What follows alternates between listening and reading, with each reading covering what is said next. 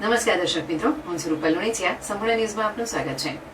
યાત્રાધામ અંબાજી ખાતે અંબાજી મંદિરમાં આજે પ્રક્ષાલન વિધિ યોજવામાં આવી હતી. આ પ્રક્ષાલન વિધિ દર વર્ષે ભાદરી પૂનમ પછીની ચોથે કરવામાં આવે છે. ખાસ કરીને આ વિધિ એટલા માટે કરવામાં આવે છે કે ભાદરી પૂનમના મેળા દરમિયાન લાખો શ્રદ્ધાળુઓ દૂર દૂરથી પગપાળા ચાલી અંબાજી મંદિરે દર્શનાર્થે આવતા હોય છે અને ઘણા યાત્રિકો સીધા ચાલીને મંદિરે પહોંચતા હોય છે. તેવામાં મંદિરની સ્વચ્છતા અને પવિત્રતા જાળવવા આ પ્રક્ષાલન વિધિ કરવામાં આવે છે, જેમાં જે મંદિરના ગોખમાં મા અંબેનો શણગાર હોય છે તે સંપૂર્ણ શણગાર સહિત 7 દિવસની સાત સવારી માતાજીના સોનાના આભૂષણો સહિતના તમામ દાગીના બહાર કાઢીને ધોવાની પ્રક્રિયા કરવામાં આવે છે. આ વિધિ અમદાવાદના એક સ્વર્ગસ્થ લક્ષ્મણદાસ મોતીલાલ સોની તથા સ્વર્ગસ્થ શિવપ્રસાદ મોતીલાલ સોની તેમના પરિવાર દ્વારા કરવામાં આવે છે.